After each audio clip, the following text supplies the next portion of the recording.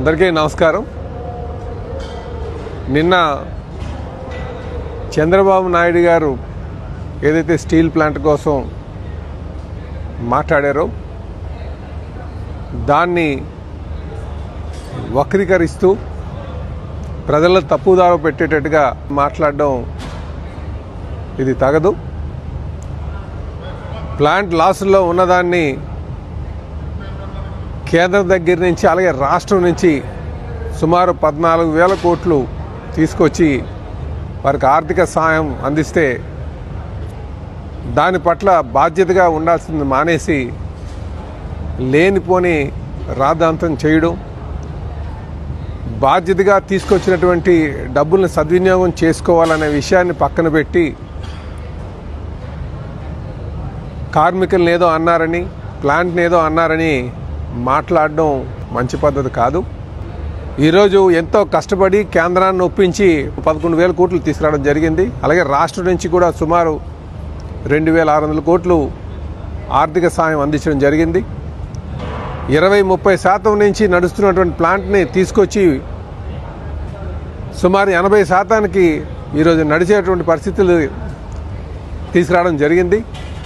అయితే ఏ ప్లాంట్ అయినా సరే అది పబ్లిక్ సెక్టార్లో ఉన్నది రేపు లాభాల్లో నడవాలి అంటే అటు కార్మికులు, మేనేజ్మెంటు తీసుకోవాల్సినటువంటి బాధ్యత ఉంది. అదే వారు చెప్పారు.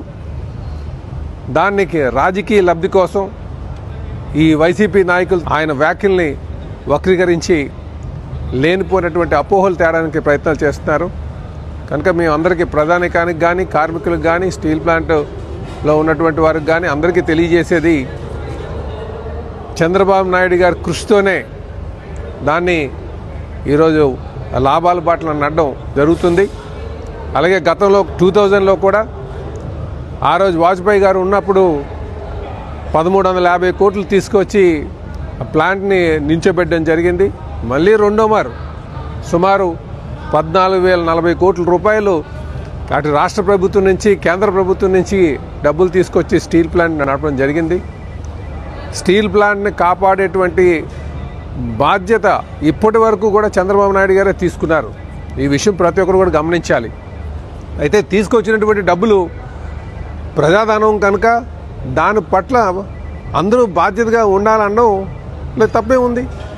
దాన్ని కేవలం కార్మికుల్ని తప్పుదోవ పట్టడానికి, ప్రజల తప్పుదోవ పట్టడానికి అటు ప్రైవేటైజేషన్ అని, లేకపోతే కార్మికుల్ని ఏదో అన్నారని, లేకపోతే ప్లాంటు ఆ ప్రైవేట్ కంపెనీస్కి మైన్స్ ఇచ్చేస్తున్నారు మనకి ఇవ్వలేదని ప్రజల్ని, కార్మికుల్ని తప్పుదోవ పట్టడానికి ప్రయత్నాలు చేస్తున్నారు. ప్రజలందరూ కూడా అప్రమత్తంగా ఉండండి, కార్మికులందరూ కూడా అప్రమత్తంగా ఉండాలి.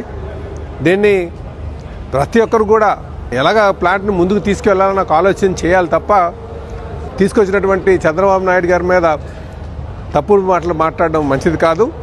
అలాగే మేము తెలియజేస్తున్నాం, ఈరోజు స్టీల్ ప్లాంట్ నడుస్తుందంటే కేవలం ఎన్డీఏ కూటమి వల్ల అన్న సంగతి మీరు గమనించాలని చెప్పి తెలియజేస్తున్నా. బాధ్యతగా ఉండాల్సినటువంటి అవసరం ఉంది. కేవలం వైసీపీతో జట్టుకట్టి ఉన్నారు కనుక ఎవరైతే అధికారులు ఉన్నారో వాళ్ళ మీద బురద జల్లడం మంచి పద్ధతి కాదు. కార్మికులు, యాజమాన్యం, ప్రభుత్వం ఎంత బాధ్యతగా ఉందో ప్రతిపక్షంగా ఉన్నటువంటి వారు కూడా ఆ బాధ్యత ఉండాలి.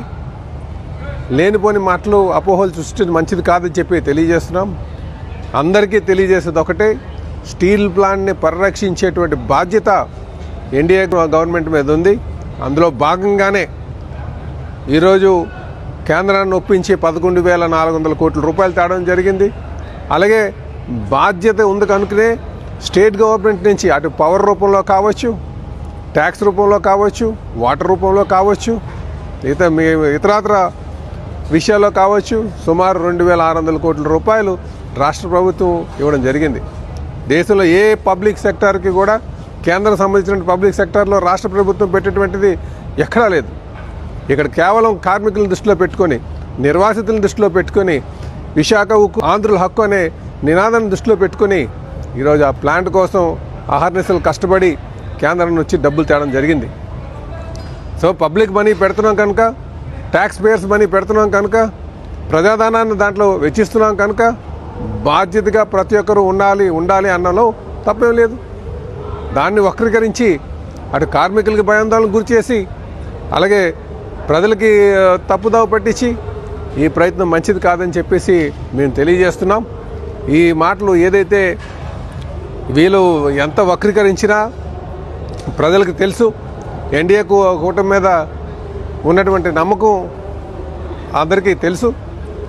కనుక మరొక మాట తెలియజేస్తున్నాం, కేవలం కార్మికులు లేకపోతే యాజమాన్యం ఒకటే కాదు, ప్రతిపక్షంలో ఉన్న వాళ్ళు కూడా బాధ్యతగా ఉండాలి. ప్లాంట్ అందరూ కూడా సమిష్టిగా దాన్ని ముందుకు తీసుకెళ్లాల్సిన అవసరం ఉందని చెప్పి ఈ సందర్భంగా తెలియజేస్తున్నాం. అలాగే ఆర్సిలర్మిట్టర్లకి సొంత గన్లు ఇచ్చారనేది కూడా ప్రజలను తప్పుదావ పెట్టేటువంటి మాట అని కూడా ఈ సందర్భంగా తెలియజేస్తున్నాం.